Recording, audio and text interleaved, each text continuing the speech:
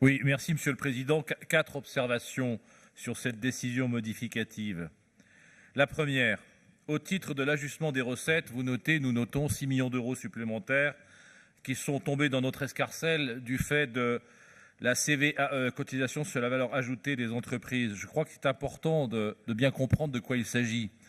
Lorsque les entreprises vont bien, leur valeur ajoutée augmente, c'est bon pour l'entreprise, c'est bon pour l'emploi dans l'entreprise, c'est bon pour l'investissement des entreprises, mais c'est aussi bon pour les finances de notre collectivité. Donc, je voudrais simplement dire que cela doit nous servir à tous de fil directeur dans notre propre réflexion, de savoir comment nous-mêmes, conseillers régionaux, nous pouvons contribuer à accroître la valeur ajoutée dans cette institution et donc accroître la valeur ajoutée des entreprises de notre région. Deuxièmement, au titre de l'ajustement des dépenses, pour mémoire, mais quand même 150 000 euros en AP pour la réhabilitation de la faculté de médecine et de l'université de Mossoul dans le cadre du plan chrétien d'Orient. Merci, Monsieur le Président, merci pour eux. Vous savez combien ce combat nous tient à cœur face à la barbarie islamique mondiale qui monte inexorablement. Troisièmement, concernant l'affectation du résultat 2017, satisfaction de notre groupe, Monsieur le Président, de votre décision de diminuer l'emprunt d'équilibre de plus de 35 millions d'euros. C'est effectivement et évidemment ce qu'il faut faire.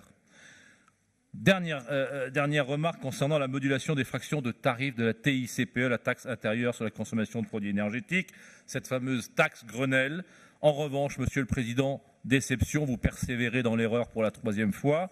Depuis la loi de finances de 2010, qui a donc offert aux régions la possibilité de prélever une taxe supplémentaire à la pompe en fixant un plafond, notre région d'entrée de jeu s'est mise au plafond maximum, ce qui était somme toute normal sous la présidence de M. Kéran, soit 80 millions d'euros de plus de recettes pour notre région. Vous refusez, vous maintenez ce taux maximum et pourtant, que n'a-t-on pas entendu à l'époque, les sauts de cabri, les vociférations de vos amis de la droite la plus bête du monde, encore ici présent, M. Kovacs, par exemple, qui braillait, qui fulminait contre cette disposition abominable, coûteuse, épouvantable et scélérate. Bref, socialiste.